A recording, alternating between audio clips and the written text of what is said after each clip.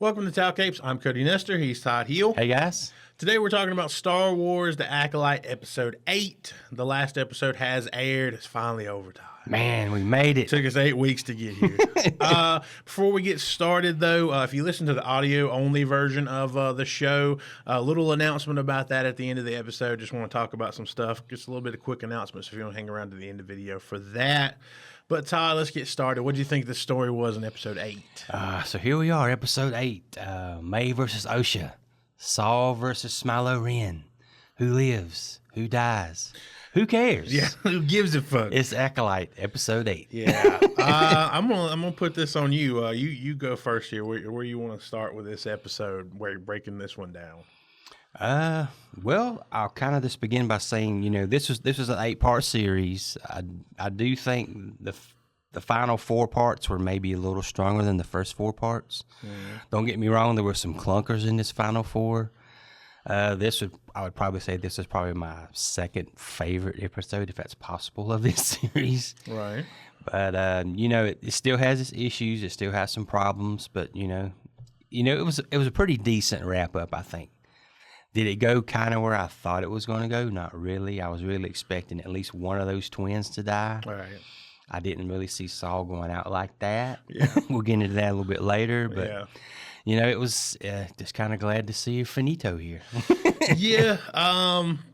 Every week that's gone on, it's kind of started me to dislike the show more. I've said, for what you get, what's already been in place 7 episodes before, it is a fine wrap up to that. If you contain it within itself, right, not in terms of comparing it in quality to anything else. It's still not a good show. It's still, the writing is still terrible.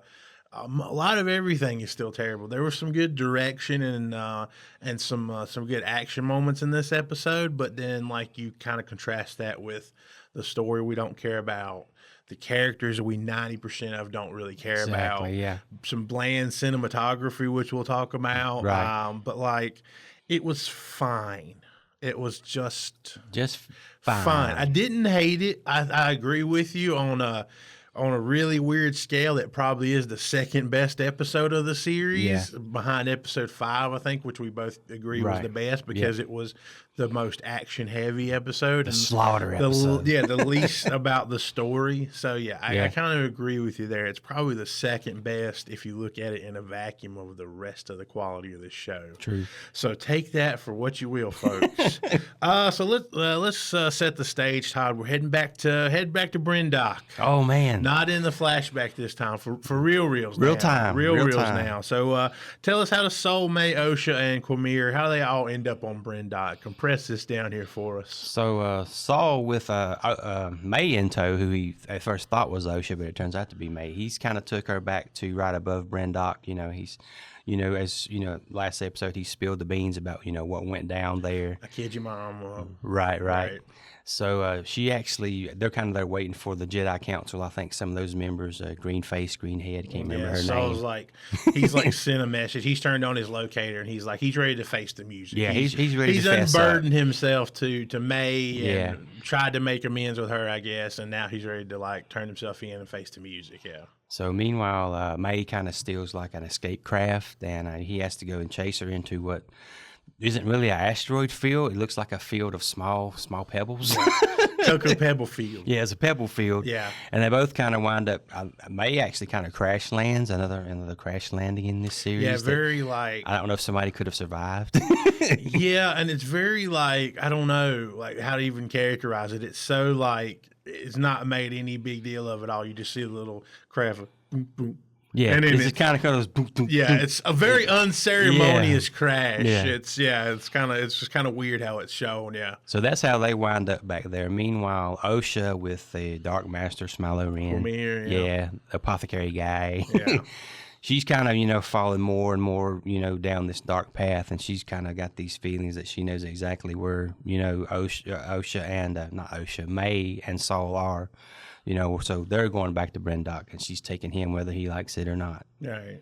Yeah, he's still kind of, I guess, wanting to confront May, I guess, like, I don't know. It's his motivation at that point is kind of nebulous because, like, you would think OSHA's not going to let him just kill her sister. You would think, Yeah. But then his motivation for going there, I guess, is I don't know. I guess to continue to watch her and see how far she continues to fall. I guess, but yeah. he's still looking for May in a way, so it's kind of weird. Right. There's that weird scene where like they show up on Brendock and they take his ship, and she somehow locks him out of his own ship.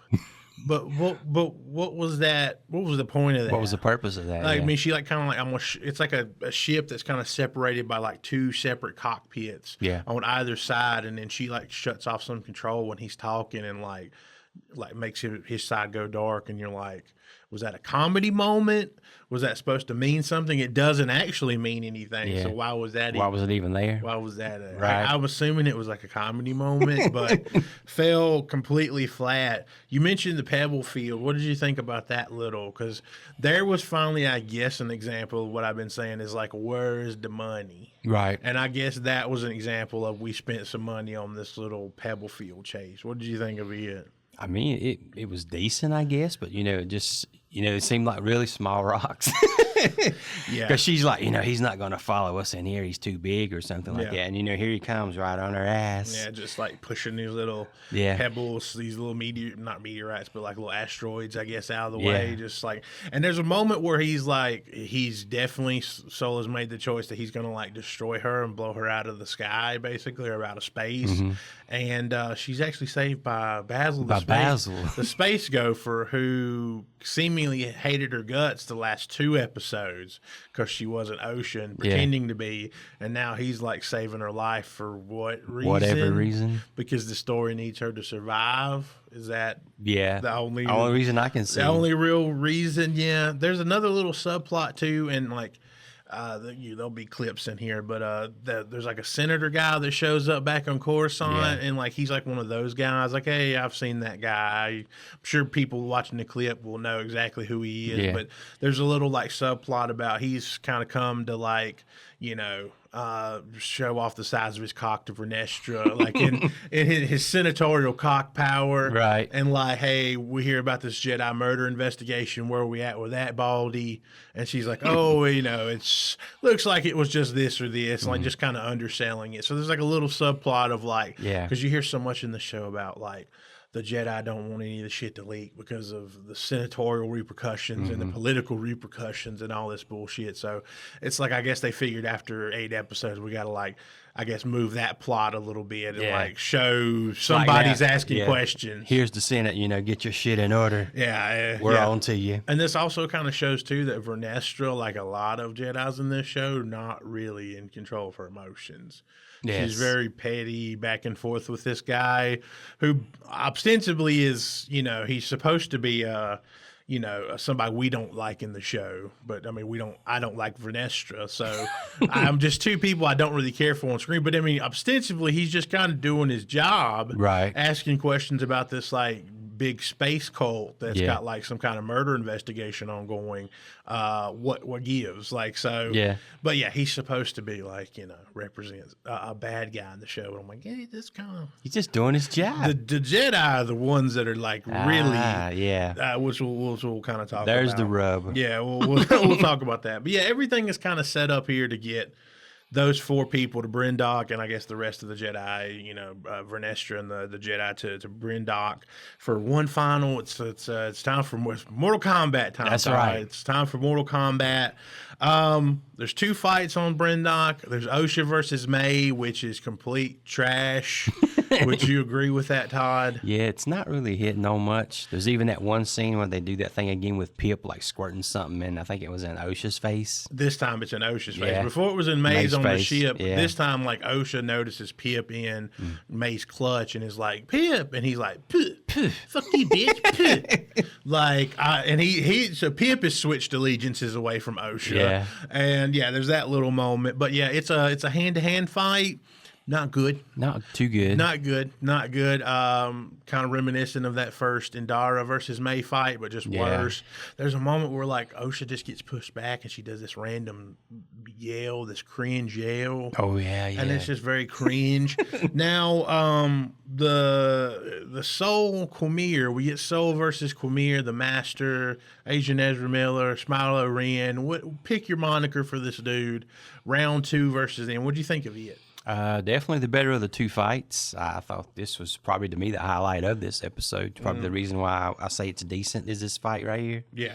I enjoyed it. Yeah, I think it's a probably, compared, in addition to what you see in episode 5, I think this is probably one of your top tier lightsaber duels in Star Wars media. Could be. I think it was pretty good. It was filmed really well.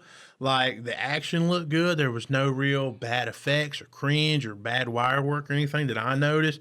There's that shot of Soul kind of falling back from that top kind of little like catwalk thing, and the Master kind of like jumping and pushing forward onto him. Like, all of it I thought was pretty good. Yeah. My problem with it is it looks fucking bland. I was sitting there the whole time. I'm like, with some nice cinematic lighting and some good cinematography, this could really be like popping, really be top tier stuff. But like the cinematography, everything is so bland. It's just like so. It reminds me of those like middle like Marvel movies where it was like everything had that same kind of color palette. It was like semi muted and like a little gray, and it's like it's set in like broad daylight too, not night. You would expect something like that to be more dusk, evening, night. Right. It's just like broad daylight on Bryndock. It's just bland looking. I was sitting there the whole time. I was like, why is there no, like, the lighting sucks. Yeah. I was like, why does this not look more epic? Like, where's this money? Did we spend the $180 million for Pebble Field? Is that all that it went into, Todd? Yeah. Like, I don't understand. Like, or somebody's yacht. Yeah, somebody's Kathleen Kennedy's super yacht is her severance pay from Disney. Because how that woman keeps staying employed, I'll never understand. How a lot of people making decisions at Disney continue to stay employed, I'll never understand. That's the true mystery. That's the real mystery this show presents. It's not about the story in the show; it's about the behind the scenes mystery. About how anybody behind the show keeps their jobs. Just to kind of like set up the rest of the stuff here. So again, we get a good fight between Soul and Quamir. Not so good versus Osha and May. I think at one point May just ends up running away. I think she does. Yeah. Soul, the kind of conclusion between him and Quamir, because we talked before, Quamir's got his little modular lightsaber. So he ends up getting his whole saber kind of slashed by Soul. He kind of slashes that away from him. That's when May shows back up. She ends up attacking Soul, ends up wrestling his lightsaber away from him. May has the opportunity, and then at the push from Quamir to strike Soul down, she doesn't. She's wanting Soul to stand trial, basically, to answer for his crimes, to kind of face the music like he was planning on doing anyway. That was his whole reason for going there. She wants him to do that. So she doesn't end up killing him, and she gets him to kind of confess. Osha's kind of showed up in the background at this point. She's listening to things now. She hears the whole confession. Yeah, she gets May gets Soul to kind of confess that he did in fact kill their mother, and then this leads to, I guess, the final conversation, dialogue, confrontation between Soul and Osha. So you want to take us through that? Take us through Soul's confession and Osha's kind of reaction to that time? So he's just getting ready to actually spit out the words that he loves her, and before he even gets out the LO in love, Osha gets him in what can we call us? Maybe the first OG force choke, maybe? I guess chronologically, this would be the first force choke in Star Wars media. I don't think anything else we've seen. Not in live action, maybe there's something animated, but I think this was the first. And she basically just chokes the life out of him. And I think at some point, it was his lightsaber that she had picked up because it had got damaged, Soul's had.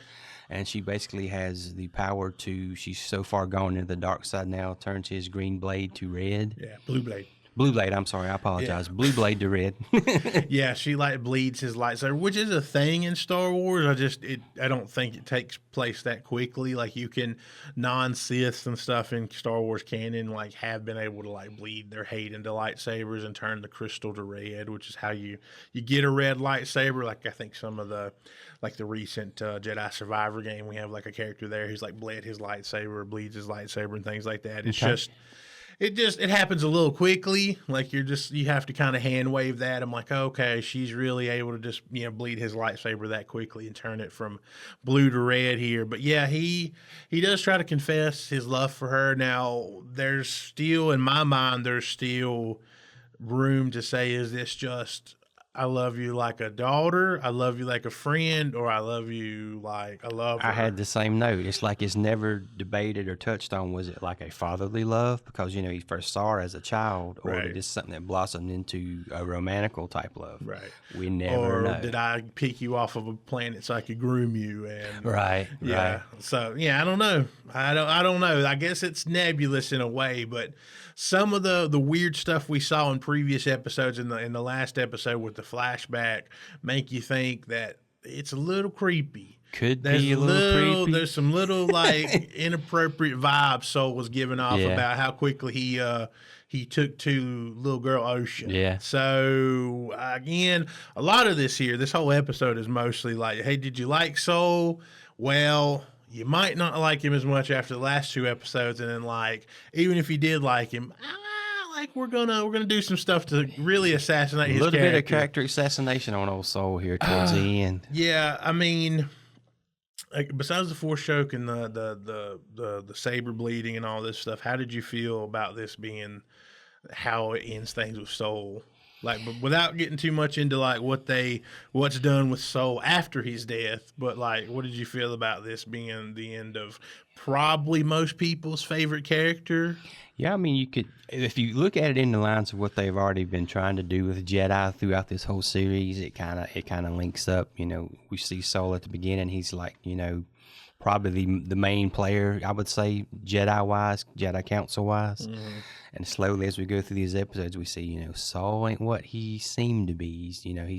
He actually kills the twins' mother. He loves Osha. How he loved Osha, we don't know. Very it's a very fall from grace, yeah. Yeah, very much driven and living within his emotions, which is supposed to be... a Jedi no-no. Yeah, Jedi no-no, yeah. I like... Is this like... We'll get into it later with a question I have, but it's like, it feels like... I don't know.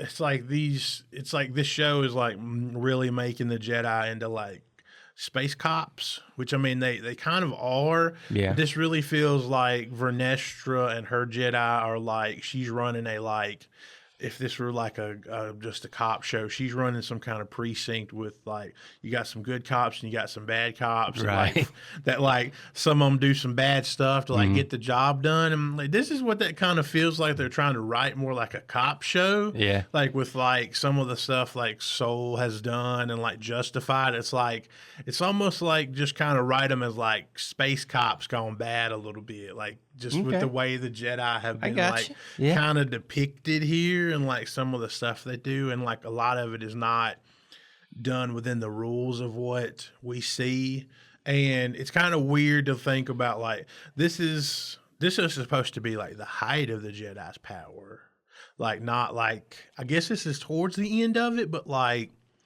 it doesn't seem to be complete dysfunction when you get around to the Phantom Menace and everything. Right. But like this is supposed to be like the peak of the Jedi. The Jedi reign. It don't look too much like don't look too peaky. It don't look like it's much of a peak here. I guess it's the last 100 years of the High Republic era or whatever. I guess this is the start of the downturn. But anyway, it looks like it's like written like a space cop show. Gotcha. It's like, we got some bad eggs here.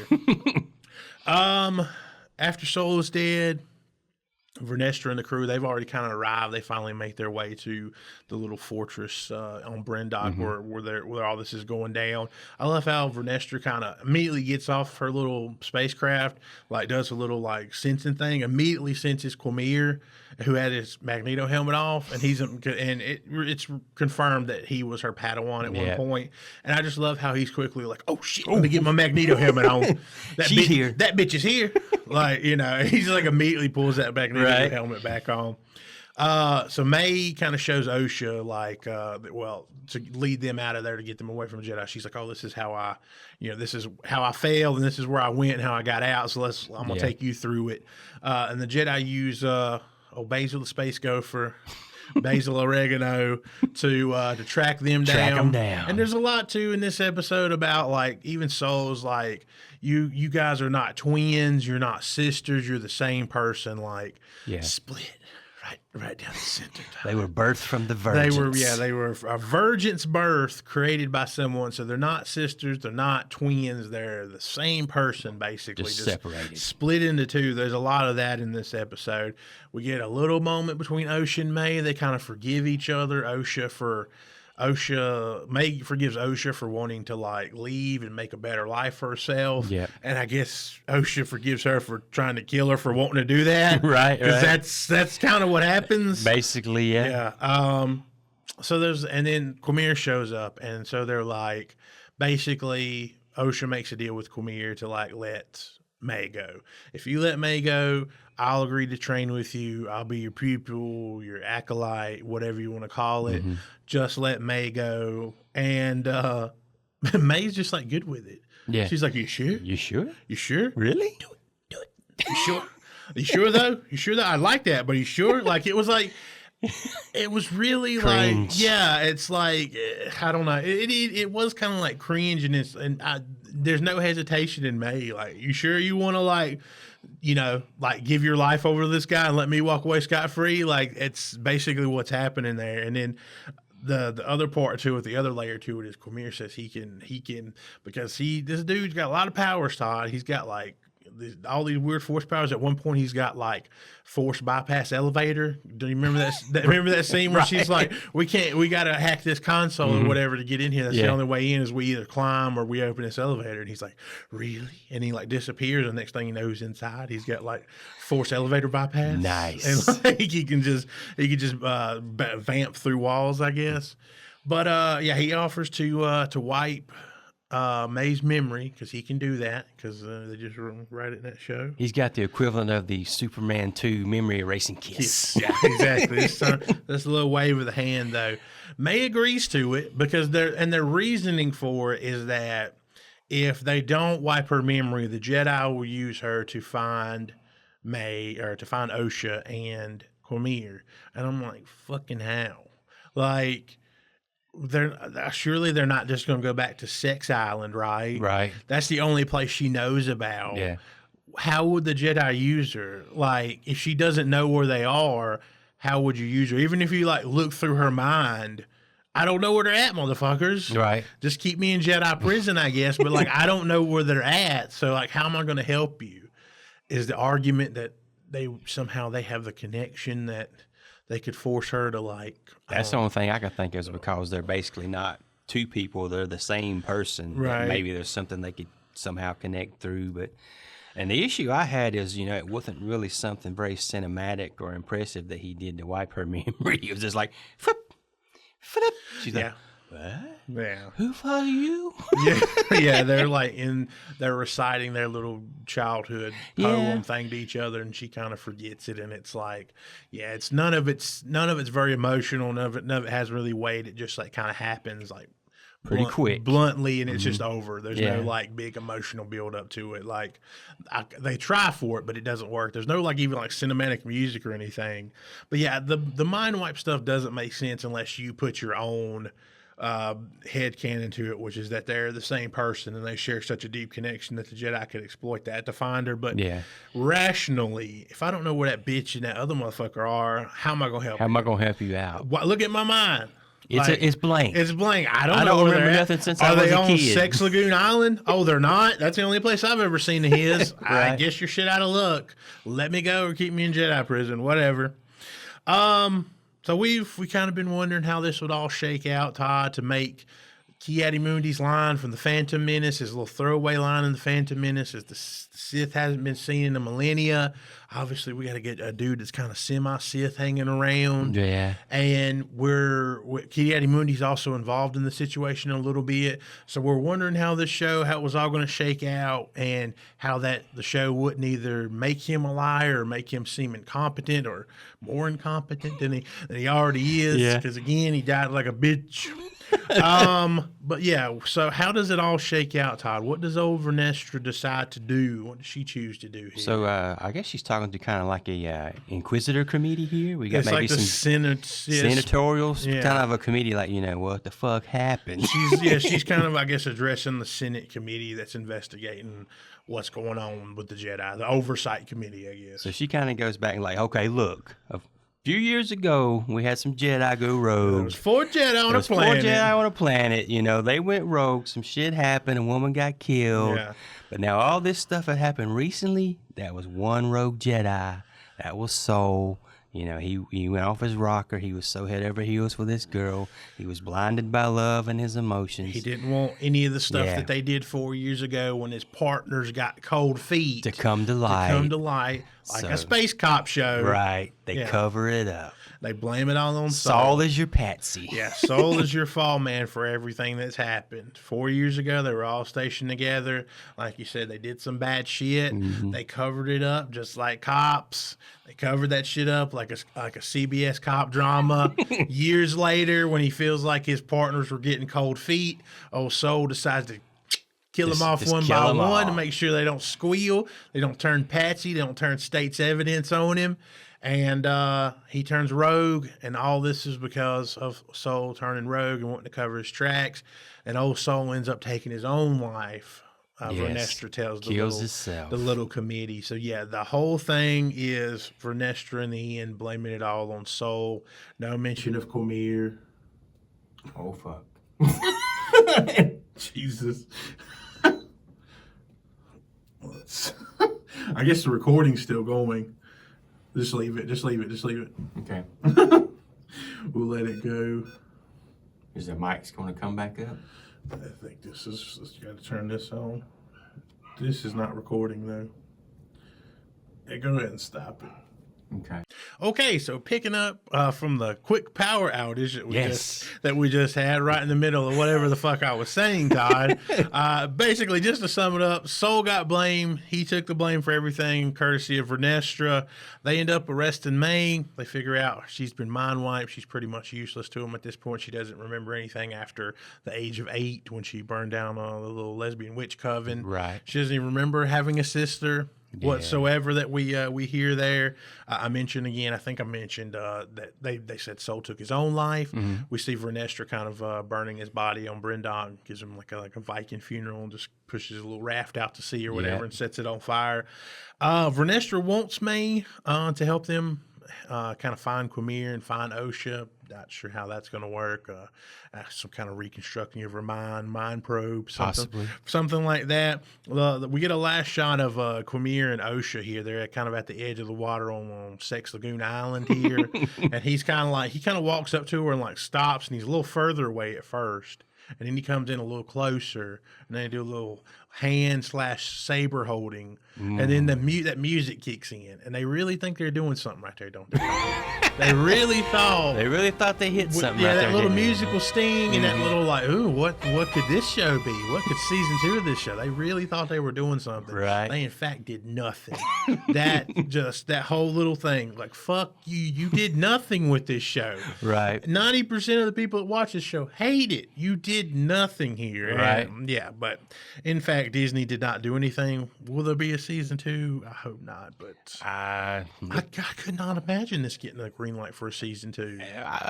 As divisive as it's been, I would see it being a hard sale, but who knows? Unless the numbers are just inflated because people want to watch the car wreck. I could see that. Yeah, and then possible, them justifying it like, let's cut the budget in half, give it a season 2. Because honestly, one of the biggest things about this series was not the series itself. It was the circus, a.k.a. shitstorm, that seemed to surround it from beginning to end. Yeah, which is that's what new Star Wars has become. There's always some kind of controversy with the quality, with the inclusion or the lack of inclusion, whatever it is. There's always something with Star Wars these days that generates more buzz than the actual quality of the show. And that's unfortunately what gets lost a lot of times with the Star Wars media today is the actual, the talking points are so about everything else except the quality of the fucking show. And this is this does not have a lot of quality to it. No. There's a lot of money behind it. There's not a lot of quality. There's a few moments where the money is shown on screen. There's a few good action set pieces throughout.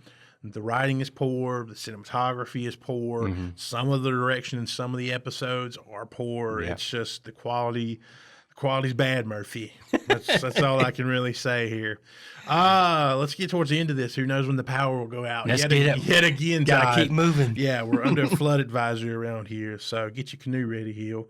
Let's talk cameos, though. We can't mention this without the obligatory cameos we have. We've got two major cameos, I would say, here. First up, Darth Plagueis the Wise makes his appearance. As far as I know, the first appearance in live action. Again, I don't know if Clone Wars animated. I don't know. Right. I don't know if he's been on that, but first live action appearance of Darth Plagueis. If people don't know, Darth Plagueis was the master of Darth Sidious, Palpatine. Okay. He was his master. Palpatine reveals through Revenge of the Sith and some other things, like kind of that, his little bit of a story and how powerful he was. Plagueis ended up killing him. But he's just scuttling around on Quamir Sex Island. Yeah, hanging out behind some rocks. Yeah. What's going on? What's going on out there? Huh? What are you guys doing? Room for one more? Yeah, and I'll just ask you first. What did you think of the inclusion about old DP here? I mean, it didn't really do a whole lot. It was just a cameo for cameo's sake, honestly. Yeah, I read a little article with Leslie Headland where she talked about it. He was originally the last cameo and not the one we'll talk about in a second. And she didn't want it to be the last thing you saw, that it would give the inference that he was pulling the strings. Mm-hmm. Which I'm like, well, that kind of would have been more interesting than. Yeah, why not go with that? It looks like I don't understand. Like, so this is like it was Plagueis all along. He's like this uber powerful Sith Lord, and he's reduced to scuttling around on Quamir Sex Island. Like, unless he's been there the whole time, and he just like they share a cave together or something, or he just come there to figure out like, hey, I'm sensing something. I sense a disturbance here. What's going on? What's going on? Either way, doesn't it almost like take away some urgency, some agency from him? That he's like supposed to be this all powerful Sith Lord. He's just like scuttling around. Yeah, I mean, I like can definitely see that. You know what I mean? Right. Like it doesn't feel right to me. I'm not going to kind of say that I'm a Darth Plagueis fanboy or like I know his history. Maybe this is well within his character to scuttle around on the island like a little rodent. Right. But it just don't feel like someone that powerful. That would be like Darth Vader peeking behind trees on Endor. Yeah. You know what I mean? Ooh. You know what I'm saying? I got you. You wouldn't put those two sites together, and it would be a lot better. I thought the way that they originally intended it would just have him in some kind of like Sith, some kind of Sith building or whatever, and somebody coming up to him and revealing him, and he looks like he was pulling the strings. I thought that would be more interesting. Yeah, than what they did. Yeah, because. Could you make a case he's been there and he's been teaching this kid, or was he just there to poke around? Yeah. You don't really know. You don't really know. And I don't know. I just think it's a waste of a character just to do it, just because we could. Like, who we're going to put in there. And I kind of theorized that we might see Plagueis or one of these other big Siths that were around at the time, and we do, and it's like, it feels wrong. Yeah, kind of just tacked on. Like this whole show feels wrong. In addition to DP, Todd, we get the back of Yoda's head. Oh, yeah. Yeah. Because you got to end it on somebody famous, somebody big. Back of Yoda's head, Todd. That do anything for you? Not a thing. Yeah. Neither one of these cameos did jack shit for me. Yeah, I mean, just the back of Yoda's head, and I mean, I guess I was supposed to cream in my pants. Yoda! Oh, it's Yoda's head! You know what I mean? Like, I don't I don't know. Like, it just felt like too wasted. And then, like, I've heard people too talk about like all this stuff going on when you have like all powerful Jedi too, like, you know, Yoda around who's been alive for thousands of years or hundreds of years, whatever. And like, he doesn't know any of this stuff is going on right under his nose. It makes it cheapens Yoda. It cheapens Yoda a little bit to like all this stuff can be going on. And again, it's like, the Jedi are like, at this point, there's just a poorly run police station, is what it feels like. It's like, what are any of these people doing? You got cover ups, you got murders, you got like good cop, bad cop, like kind of stuff. Like, it just feels like, you know, the Jedi are just like a bunch of bully space cops, and no one's really in charge, and no one's like overseeing the thing. And Yoda's supposed to be like on this pedestal of characters, and he like notices none of this, senses none of this. Yeah. Blind eye Emma's turn. Not get involved, will I? Like, it's just, I don't know. Like, all these cameos really just did nothing for me. But no. Yeah, back of Yoda's head, whatever. But this Plagueis one really kind of bugs me because I'm like, it just doesn't add up. Like, It doesn't fit. Yeah, don't fit what they've already done. I would just really love if they were we just got a scene where like before Osha got there, they were just like Plagueis and Cormier were just chilling on that island. It's like, did you bring more pizza rolls? You know what I mean? Right. Where's the Mountain Dew, Cormier? Plagueis want Mountain Dew.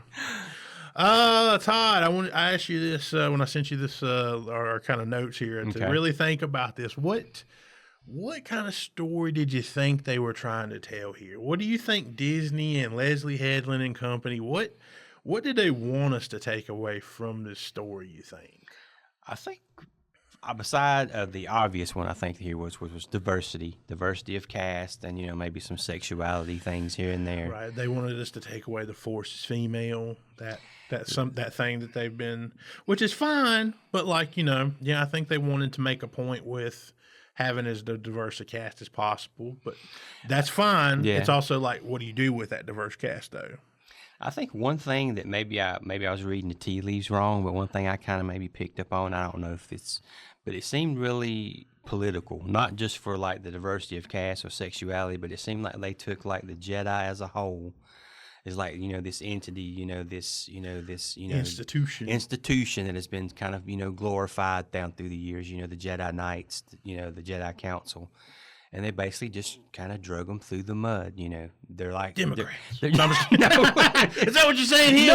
No. They're just like us. They're fallible. You know, right. They can't control their emotions. They can't do this. They can't do that.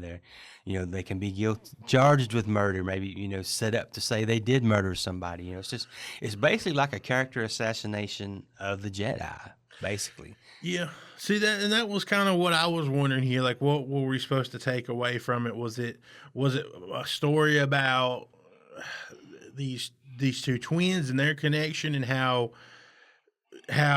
you can set off to be one thing and your destiny changed to be something else? You can set off to be virtuous and fall, like, which I mean we've seen before in Star Wars. It doesn't really feel like an Ocean May story. Like, no. There's so much, but it really doesn't feel like that's the point of what they were doing, because that really doesn't go anywhere, because it's just a tale as old as time, so to speak, as far as the virtuous falls and maybe the not so virtuous, you know, kind of comes back to the light a little bit. That's something we've seen a lot. I think, like you said, it's more about how they try to position the Jedi and the political kind of backbiting, the cover-ups. Like I said, it really does feel like a big space police force with, like, you have some good cops, you have some like really bad cops, and you have some in-betweeners, like a Soul that, like, he does things with good intentions, but like he may do bad things as well and justifies them as being good in his own eyes or whatever. And at the core of it, that is an interesting premise, because like the Jedi are these weird space monk cults who like indoctrinate children from a young age, and it's like, oh, you're too old to be in here. Right, it's like right. It's, you know, it's like it's like Epstein Island on Coruscant, like kind of thing.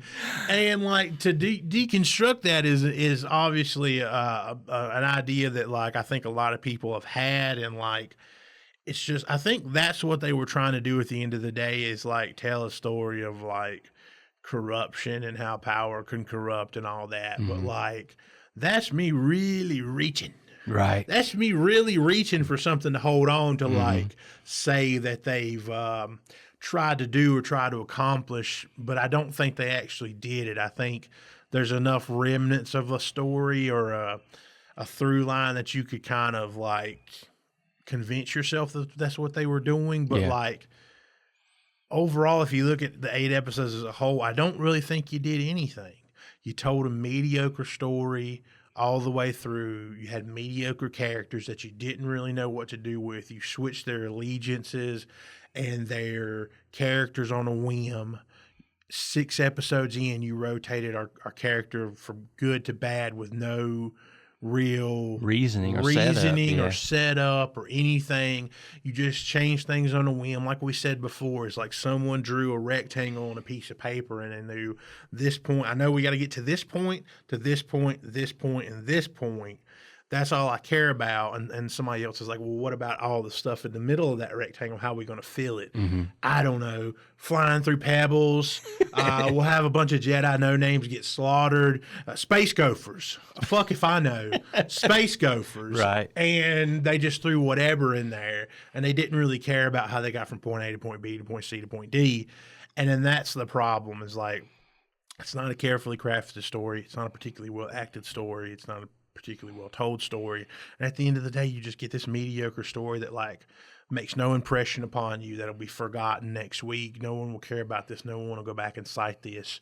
I'm sure someone will do that, just like they did with the prequels, where like people hated the prequels for years, and then when the sequel trilogies come out, there was all these like paid Disney articles to go back and like the brilliance of the prequels. Right. Eventually, one day we'll get to the point of like, was the Acolyte the most brilliant piece of Star Wars media ever created? Exactly. Someone will retroactively go back in history and they'll try to point out, there'll be some kind of deep dive retrospective on this 5 years, 10 years, 15 years from now. And be like the unseen brilliance of the Acolyte. And that's what it'll be, but it's not. I'll tell you today in 2024, there's nothing here. There's nothing here that's worth your time. There's nothing here that I will take away or remember from this show other than they really did some people dirty. And then they just at the end of it they threw in the cameos just to do it, and they just had Darth Plagueis scuttling around like a little rat on the back island. of Yoda's head, because you got to have somebody. You got to have somebody that you recognize. Somebody recognizable. Who was around 100 years before in the High Republic era. Yoda, of course. Do you want to fully show him? No, just the back of his head. The back of his head. That's enough. That's enough. Yeah, he was diddling himself when she walked in. Like, I don't know. Like, it just, it's all like so mediocre and so forgetful. It's just a show that'll be forgotten. And there's been so much talk and so much to do and so much like hurt feelings and plot and points and such a conversation about toxicity and DEI and wokeness and all this. And it's just a bad show. It's just a bad show. It's no more than that. Yeah. It's no more than that. It's just a bad, mediocre show set in the Star Wars universe. And God knows we've got a lot of that in recent years. Right. Like, until some things happen behind the scenes, until some really creative people are brought on board with really creative ideas and a real passion for this material that can see it through. It's one thing to have an idea and have the passion to do something, but you have to have the talent to do it. True. Unlike us. Right. Where we want to do this, but, well, I do. I don't know about you. I don't have the talent. Yeah, I don't have the talent to do this, but we're still doing it. But you really get people behind the camera and in front of the camera that have the talent and the passion to do it, and then you might have something. But, you know, the overall as Disney sits now with what they're doing, like, they need to go back to formula on this stuff. Like, Kathleen Kennedy, it's time for her to go. She's not done any justice to this stuff, and the people that are greenlighting this stuff, they need to go too. Not just Kathleen, it's people that continue to let her make decisions and let people make decisions that are this poor, and for such a beloved franchise that people will continue to love for years and years, because it is such a strong brand and it's got such a strong foundation and fandom built in. But man, you're diluting it. Diluting it big time. Every new project seems to dilute it just a little bit more. And I would love to say the future's bright for Star Wars, but some of the stuff that you see that's planned, I don't think the future's so bright anymore. Doesn't really look like it for Star Wars. Todd. Okay. Give us your review score and your final thoughts for the Acolyte episode 8. I struggled with this one a little bit, but I did say at the top that I feel like this was the second best episode of this series, so I went with my only second decent of this entire run. I thought this was a decent episode. The Saul versus Smilo Ren 2 battle I thought was my highlight. Has some issues, has some problems, unlike like every other episode of this series had. I think as we've kind of mentioned, I think there was really a structure and a framework. There were some bones here, something that could have been really interesting and a really good take. And I think you may have mentioned this maybe on another one we did, but this would have been better served as like a 2.5 hour movie. Everything doesn't have to be like 8 or 12 part episodes. It doesn't have to be a series. Yeah. I think if you clean some things up, if you definitely have a better story, a more polished script, maybe switch out some actors. I don't know. Yeah. Do some things a little bit differently. I really think you could have had something here, but in the end. My review for this episode is a 6. My review for the entire series as a whole, I'm going to stick at a 5, which was mediocre. Yeah, I mean, I give a whole kind of soliloquy about this whole thing, but yeah, I agree with you. Like, you didn't need 8 episodes of this. It would have been, a 2-hour movie and call it The High Republic or Follow the High Republic or whatever, would have been fine, or 4 episodes even of 8. Like, there's a lot of stuff you could take off of this. And like, if you just look back like a year ago or 2 years ago or whatever, and I would have said, mate, hey, we're gonna have a Star Wars show set in the High Republic era, near the end of it, but there's a lot of Jedis around. There's a lot of potential for Jedi battles and stuff, and there's some secret Sith running around and stuff. Like, you would think, okay, sounds really interesting. Right. Yeah, and like maybe we might take a look at like some of the internal workings of the Jedi and like show you that it's not all it looks like from the outside, kind of thing. It was like, okay, I could get behind that idea, but like, we're gonna add some twins, okay? Yeah, and they're gonna be a virgins, just like Anakin. Okay. And they're going to be basically the same person. They're going to look, and we're going to hire an actress that might not have been suited for the role. And you're like, okay, well, you're really chipping away at my passion for this, my excitement for this. And it's like, okay, then we're going to do this. We're going to bring in Space Gophers. We're going to bring in Asian Ezra Miller. We're going to set it all against the backdrop of an Acolyte system. We're going to bring in Trinity from the Matrix. And like, okay, is she going to be around for the whole thing? No. Okay, well, there goes that a little bit. We're gonna have a Wookiee Jedi. Cool. Is he gonna have some cool fights? No. But maybe we'll give him like a 3-minute fight, like in episode 7. Okay, and then like just where Darth Plagueis is gonna show up. Oh, really? Is he gonna be like puppet master and pull the strings? No, he just in the back. He just on the island. It's just one scene. He's just looking over some rocks out to the ocean. Does he live there? We don't know. We don't know. We're not sure. Was he training Cormier? We're not sure. We'll figure that out when we get there. And then we might have Yoda. Oh, really? Yoda gonna be around, like doing stuff and like directing things, like trying to figure. Back of his head. And then you got the Acolyte, and that's from that genesis, from that idea of like you just keep slipping down. Here's where you go. Yeah, from that idea that everybody would have been on board for to like what we got in the end is just a crying shame. My review for this episode, I give it a 5, which is mediocre. If I'm doing the whole season, I'm gonna say a 4. I'm gonna say subpar. There was some highlights. There was some good action moments. I wish, and like even in this episode, there's good action, but it doesn't look good. It's not visually appealing. Visually from a lighting and a cinematography standpoint, it doesn't look great. It's not cinematic, but it's well executed and things like that. And that's probably the biggest strength that part of the show had.